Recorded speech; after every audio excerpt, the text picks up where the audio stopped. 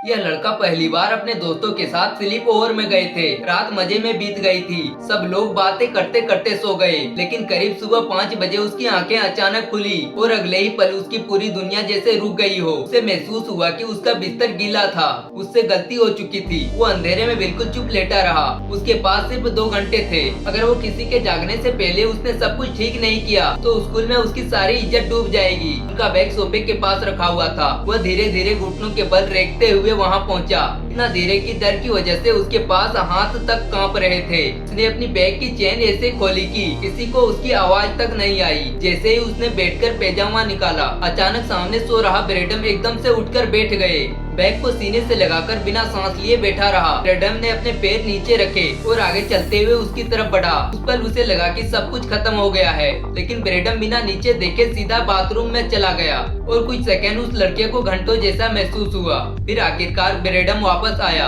वो लड़का नीचे कारपेटर को घूरता रहा, बस यही दुआ करते हुए कि ब्रेडम नीचे ना देख ले। और कुछ सेकंड घंटे लगने लगे। वो लड़का करीब 1 मिनट तक वहीं कांपता हुआ बैठा रहा। उसके बाद धीरे धीरे बाथरूम गया और वो कपड़े बदले। गीले कपड़े को सिंक के नीचे रखे। अब सबसे मुश्किल हिस्सा बाकी था। वो वापस लिविंग रूम में आ गया और वो स्लीपिंग बैग को नीचे पकड़कर हेलवे की तरफ खींचने लगते हैं। कारपेट पर रगड़ खाने की हल्की आवाज आ रही थी।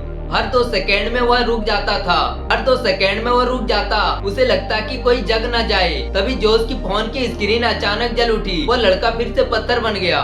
जोश कुछ बड़बड़ाया, करवट बदली, स्क्रीन बंद हो गई। उस लड़के ने फिर 1 मिनट तक इंतजार किया, फिर जाकर दोबारा हिलने की हिम्मत जुटाई। आखिरकार वो स्लीपिंग बैग को लिविंग रूम में ले गए। उसने गीली कपड़े को स्लीपिंग बैग में वॉशिंग मशीन में डाला और वॉशिंग मशीन का डायल बेहद धीरे घुमाने लगा। उसने एक नोच घुमाया, मशीन में पानी भरना शुरू हुआ और शायद 1 घंटे बाद पहली बार उसने राहत की सांस ली। तभी अचानक हॉलवे की लाइट जल गई और उसने अचानक पलट कर देखा। वो हल्काते हुए बोला, मैं स्लीपिंग बैग पर दूध गिरा दिया था। सोचा रात भर पड़ा रहेगा तो स्मेल आने लगेगी।